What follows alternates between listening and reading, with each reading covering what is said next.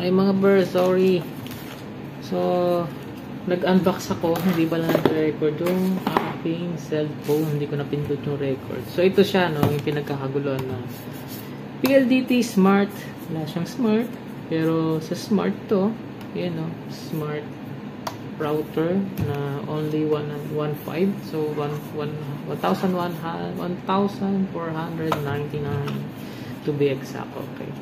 So, pagkakaiba daw ng nito, ito yung 153 model, may bagong lumabas na 155. So, mas mabilis daw yun. Hindi ko lang alam, na-try.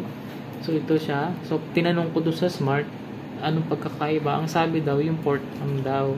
So, sa 153, isang port. Sa 155, dalawang port. Andan. So, sa speed. So, may nagsasabi no na rumor ba tawag doon? So, nagsasabi na mas mabilis yung 153, mas mabilis yung 155. So, I think depende sa location niya yan. So, depende rin sa kayong cell site ko connect. Okay. So, kung malalaman nyo, pag nag-disconnect kayo, tawag dito, regardless kung saan kayong location, yun, tapos ilang cell site, kung saan kayo malapit, kung sabihin natin malapit sa inyo, 3, 5. So, depende yun kung saan kayo makakakonect, kahit anong band pa yan. Yun. Kaya minsan, di ba, nagre-reset ka, power reset, tapos re-reset mo yung, re-reboot mo yung router mo para mag-connect. Yun. Tapos mapapansin mo, uy, ba't bumilis? Reset. Kala mo, pag-reset lang. So, hindi po yung doon po yung sa kung saan ka kukonect. Yan. Naka-auto-connect siya. Okay? Kung maglalakbang band ka, so, yung ilang cell site na may band 40, band something, ano bang band. Basta mga ganun, band 40 na tatandaan ko yan. So, doon ka kukonect sa malapit. Yun. O kaya, pull na doon sa kabila, hindi ka, doon, maghahanap yung router mo, saan sa kukonect. So, yun. So, nagdidepende sa cell site yung speed. Okay? Yan. So, correct me if I'm wrong. Kasi, ganun yung aking na-experience. So, sa tagal ko sa telco company. Okay. Kasi nag-install kami na din ng BSAT. Ayun. Kung makikita nyo, ayun. Ang dami, ang daming kalat-kalat. Ayun, yung router, Wi-Fi router. Tawag ba dyan? AP. Access point, MR33, yan, Cisco, yan. So, ito, yan naman, so, out of discussion, so, router ng PLDT. So, singit ko lang tong MR33 yan. Yung MR33 yan, ay na-access yan kahit wala ka dun sa location, sa site. So, pwede mo siyang ma-access sa cloud via dashboard. So, kahit anong config, nako-config mo yan kahit malayo ka. Basta online siya via internet. Okay, MR33. Okay. So, license so, first license, 3 years. So, babayaran mo. So, pag natapos yung license, wala na. Hindi mo na magagamit yan. So, kailangan mo magbayad. Ganyan yung kasi maganda yan. Actually. So, policy, setting ng policy.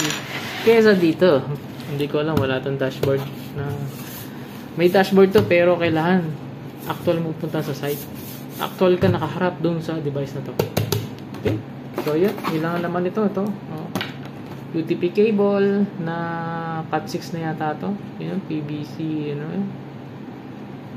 And then, manual na hindi binabasa. Ewan ko to. Warranty card. Sticker. Chuchu. So, yun lang naman. SIM power cable. 12 volts na auto volt siya. 100 volts to 230 volts, 220, yan, box ito, yan. Nakasil to kanina hindi naka-open yung video record. So, yun lang mga bay. So, gusto ko sana i-try, kasi yung cellphone ko yung nagre-record. So, paano ko ito-try? Yun lang. So, ito pala yung SIM card dito. So, pag bumili kayo, nakakabit na yung SIM card. Ito, micro SIM card. Tapos may reset button. Kung nyo muna i-reset. Yan. Kung nyo muna i-reset. Tapos, paano natin mapasok ito? Kukonect tayo dito. Pwedeng, mas maganda laptop. Connect tayo dito para mapasok natin yung admin access. Hindi ko lang kung ano yung admin access ito. Meron dito sa likod. SSID and then, yun, kukonect ka, password. So, that's it. 5G. 5G. Yan. 5G. So, buti na lang, ano, medyo mura to kasi compare dun sa Huawei Mamba. Mahal ang Mamba, 5,000.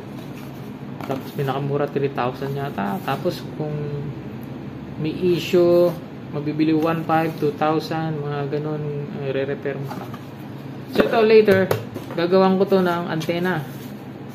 So, dito tayo bubutas dito. Yan. So, upgrade natin to. Meron akong MIMO antenna na yung galing kay Globe.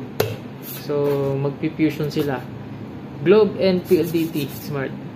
Yun, that's all. Bye-bye. Bye-bye!